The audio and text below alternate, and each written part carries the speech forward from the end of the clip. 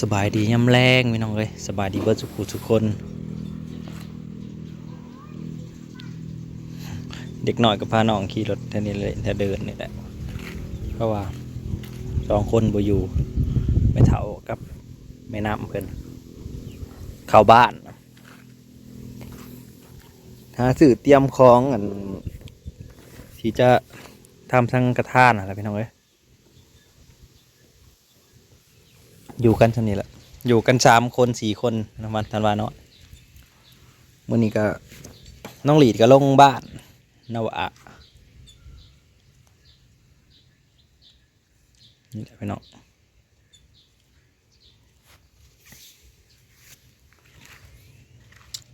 ดาวก็จะไปผูกงัวจักน้อยก่อน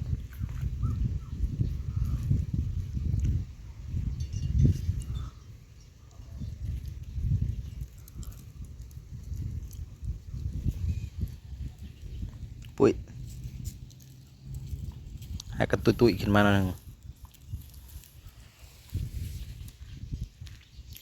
ลมหนาววีพี่น้องเอ้ยกลางคืนมาแล้วก็หนาวเลย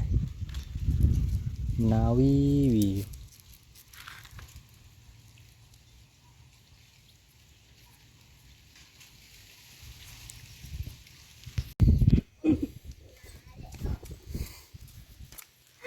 กลับมาแล้วชมพ่อเมียมาที่บ้านใหม่มาที่บ้านใหม่มาที่บ้านน้ำหวาทำหน่อยก็นอนตอนแรงโอ้ยเดินนอนเด็กกี่แล้ว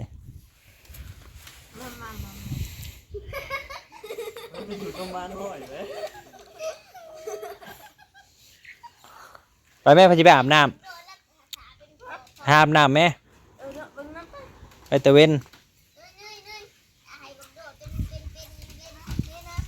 เล็กน้อยผูกดีอยู่งัวน่ะเบิ่งน้องเด้อเบิ่งน้องเด้อเบิ่งเด้อจะน้องตื่นเป็นหลอกกันหน่อยโอ้เถ่าเลยมาดูดนุ่มอยู่ตู้โอ้ย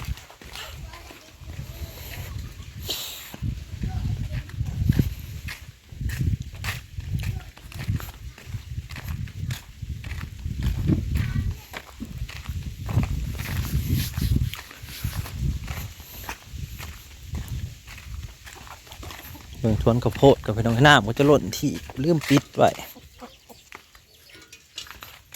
จนหล่นที่ปิดกับอยู่มาจากไรออกมาไป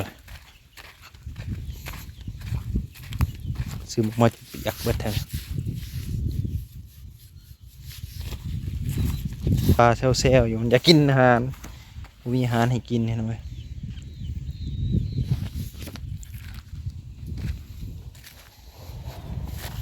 ท่วมที่ไปแล้วนะเนี่ยนาลีท่วมอีกแล้วโพดกับบริสีบริยังเลยพี่น้องเอ้ยยากเดินเลือดสำได้ก็เอาสำนักบริสีบริยังต้นงามก็งาม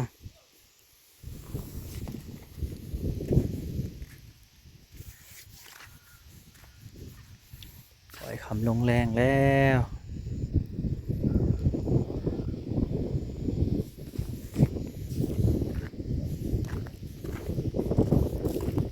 หน่อยกับฟูกหัวหายอะไรไปน้องเลย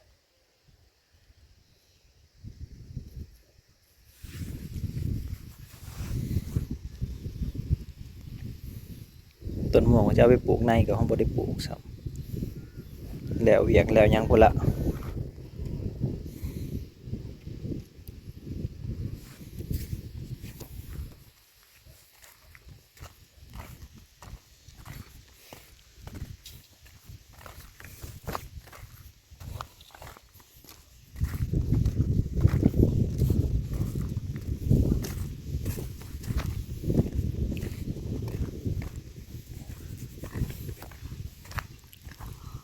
ปลาแซวอยู่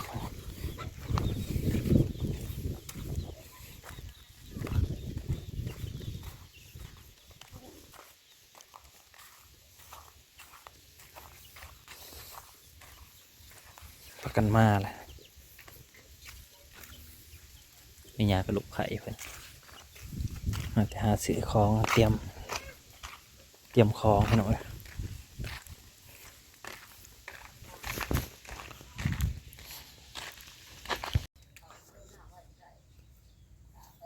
จัดว่าน้อยกันนอนตอนค่ำพี่น้องเอ้ยเด็กอีกแล้วมันเด็กตำเคยนี่ก็ใครได้เขาน้องหลีดขึ้นมาแล้วน้องหลีดก็มาแล้วคำกับพ่อใหญ่อ่อยมา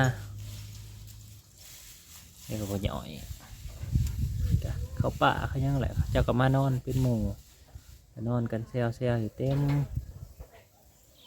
มเฮือนกับอบอุ่นอยู่ช่วงนี้พี่น้องกะ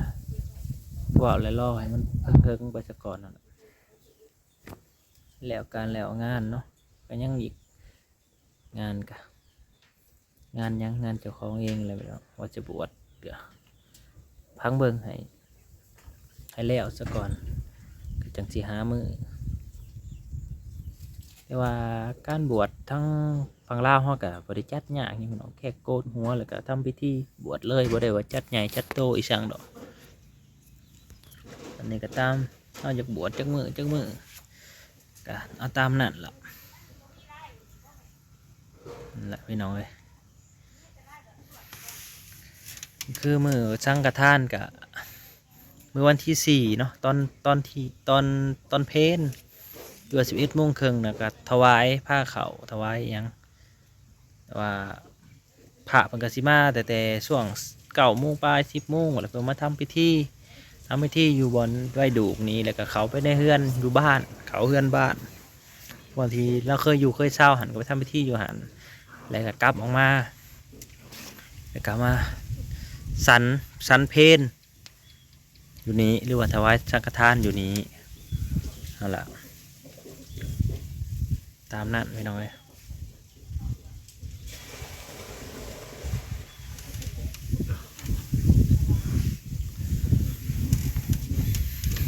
ก็แต่ว่าแล้วไปเพราะว่าอันนี้ก็ยังบ่ทันแล้วก็คือเฮ็ดไปบองให้เพิ่นพักเพิ่นเศร้าซะก่อนให้ครบคือว่าแหละ3 ปี3 เดือนก็มาจัดงานแจกข้าวบาทนี่ก็จังว่าแล้ววันนี้ประมาณนั้นก็อยู่ตามบ้านน้ำเมืองเพิ่นก็เฮ็ดตามหีบตามคลองไปหลายคนก็เฮาเว้าแล้วก็ยังบ่เข้าใจละตามนั้นแล้วยังว่าท่านจบก็คือว่าให้เฮ็ดให้อยู่ให้เศร้าก่อน3 ปี3 เดือนกันว่านะพอ3 ปี 3 เดือนแล้วก็มาทำพิธีใหม่แล้วก็คันบ่ใส่เจดีย์ก็เฮ็ดบ้านหลังใหญ่ขึ้นเป็นเทปูนเป็นหยังให้หลังใหญ่ขึ้นกว่านั้นแล้วก็ทำพิธีเอาขึ้นแล้วก็จังจบพิธีบ้านตามนั้นแหละ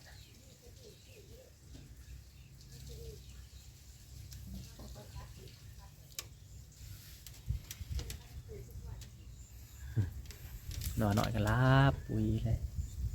น้องหลีดไปอาบน้ำมาน้องหลีดอาบน้ำตะเวนเนี่ยพี่น้องมันหนาวก็จะว่าอากาศยังหนาวอยู่ขับมามันก็เริ่มเย็นเริ่มหนาวเลยหนาวบ่อยๆมาพี่น้องเลย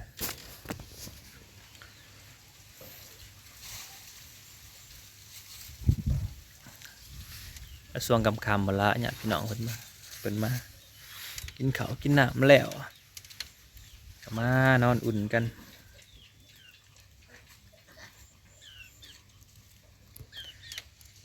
ทีมงานเผาเทียงนากับสนั่นเนี่ย4 โตหยอกกันสนั่น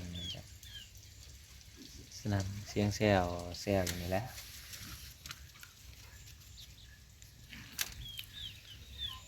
อยู่นี่ก็มีโตหนึ่งโซลาร์เซลล์พี่น้องเอ้ย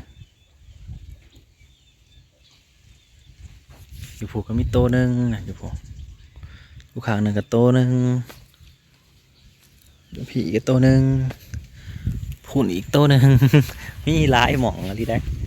1 2 3 4หาโต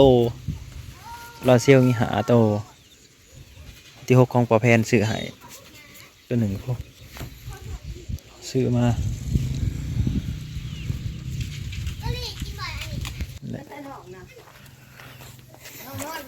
คำมากอะพอได้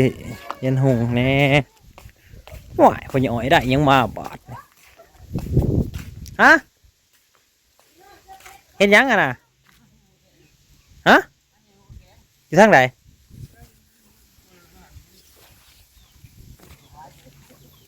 เจ๋งบุดแดง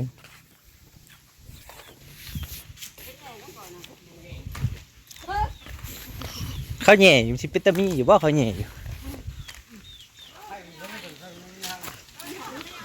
เจ้าได้แล้วหมดแดงเจ้าน่ะใส่เอาเบิ่งดู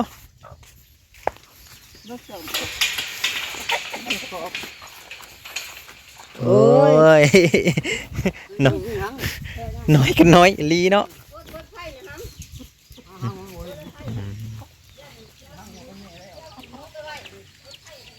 เออ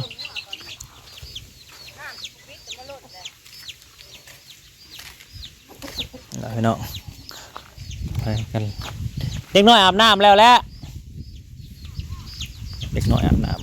ำเขาก็อาบแต่เว้นเนี่ยพี่น้องอาบน้ำแต่เว้นกับใครแน่เข้ามาแล้วมันหนาว